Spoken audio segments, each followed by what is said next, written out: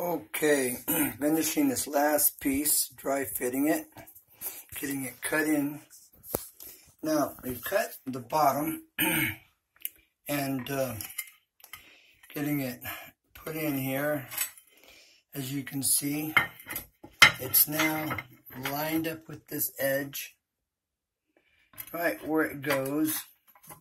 Everything's looking good. It's all level. But to double check level, watch this. Here we go.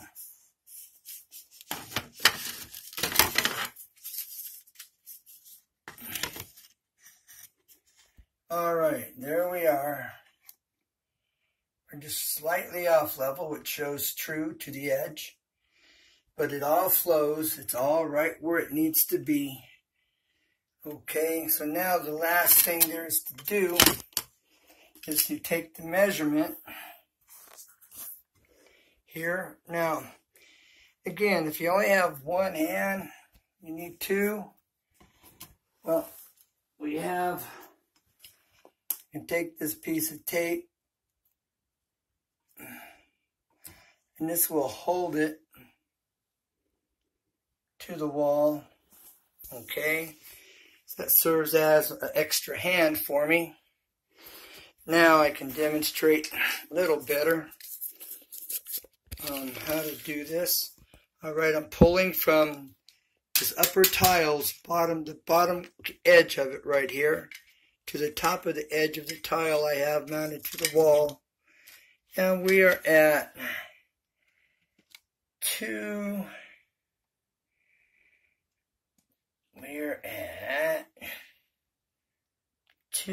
and let's see, where are my edges? It's all blending in right now.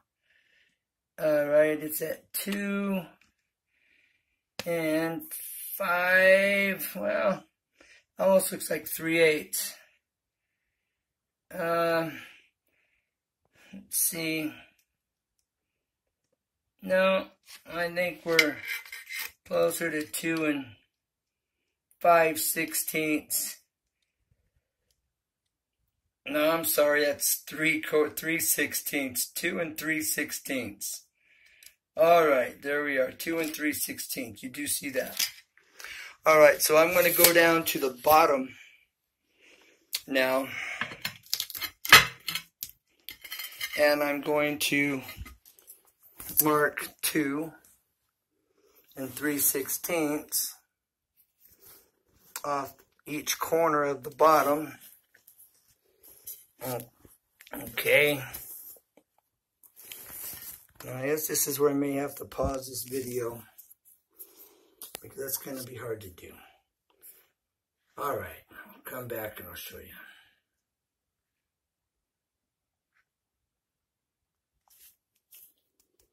Okay, so here we are. Okay, again, I put a little dot on my 3/16, and you can see that it lines up right where it needs to line up there. And the same was over here. Okay, we've got 2 and 3/16. Okay. And now we cut that off the bottom. We cut our angle first. We took off the 3/16 off the bottom from one corner, the opposite corner from where we had our space. And now I'm taking off 2 and 3/16 on each corner, and we'll be left with the same angle that we have now. And we will drop down so that this tile fits right underneath. And we've never touched the factory edge. We've preserved that factory edge so that it will meet with this factory edge when I put it in place, and it should look real nice, be nice, tight, straight and even. Okay, I'm going to the saw. Okay, I'll put this in place. But, you know, this tape, some people have suction cups they use for windows, which is really slick. But you just place this tape where you need it, you know, whether it's in the corner or wherever you need it. You know, you just stick this to itself. You got these two little legs here, you know, you just flatten tight. Make sure you got a good tight fit. This is duct tape, which works better than the masking by far. At any rate, so I'll show you what the deal is here. Okay, I've got this cut, and you'll see that all this is perfectly aligned. It all flows. I got a nice tight joint here. You can see a slight imperfection here in that lip. Where's right there? Looks like a lip. A lip. But this will be nice and tight. There'll be no lippage. It'll be flush. It'll be smooth. And even though this isn't completely level, it all looks level. If you look at my lines here, it all comes across and looks level by using the method that I showed you. Putting your level on the edge of your tile, getting it level, tilting it, bringing it to level, then measuring the distance from the floor to the bottom of the tile, then taking it off the end, touching the floor, and that will bring you to level. You always want to do it on the opposite side for those that don't know. And this is what nobody's showing you here on YouTube. And I was in dire need of this information. And I had to just figure this out from my past experiences. So my past experiences makes all the difference in doing this tile work, woodworking, staircases. But I haven't found anything on the YouTube that shows you any of this that I've showed you today. Even using shims to shim your tile to cut your angles. You know, don't get it. But for whatever it's worth, I'm trying to do my part, you know. Because sometimes we just need a little bit of information that makes all the difference in the world. Based on your experience. So, I hope this has been helpful. Next, I'm going to mix my thin set, and I'll be a happy camper. I got a few more details to make. I've got my seat here. I've got to cover my shampoo shelf here. When I get it complete, I will show you that. Maybe I'll do a video as I finish my seat off. But this is dry fitting. And if I wasn't finished here at this edge, I would tape this in this corner. I'd put some tape across here, the bottom, making sure everything is nice and straight and even. And remember, you can have a gap at the bottom. We've got about a 1/4 inch to play with at the bottom to make adjustments. So it's real forgiving that way. As you see here, I've got about a 1/4 inch there.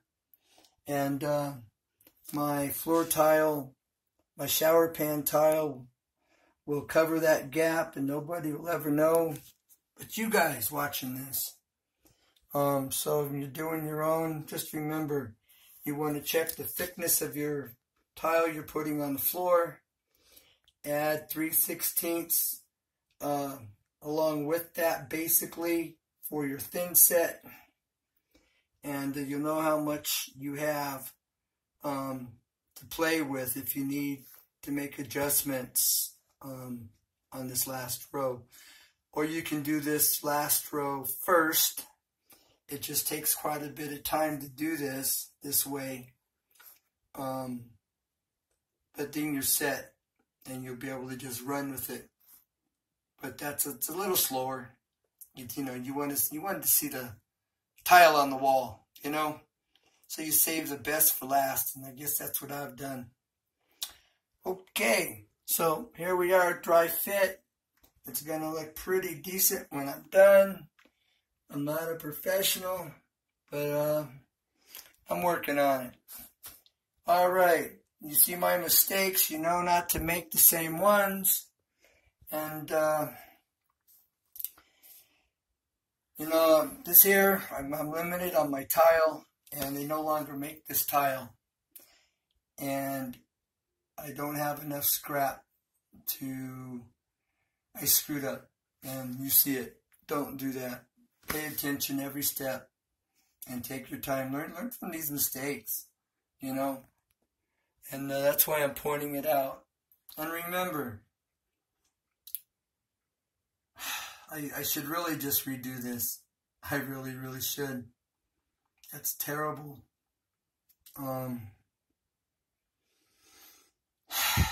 But nonetheless, you know, I don't have enough. So I'm kind of stuck. Just learn from the mistakes. You don't want to do this on someone's house. If I was working at someone's house, I'd have to figure out a way, go shopping, you know, to find a tile that I could use that would blend in here so I could fix this joint issue here. That's not acceptable, but it's my house. So unfortunately, you know, I have to live with it, and it's a reminder every time I'll see it.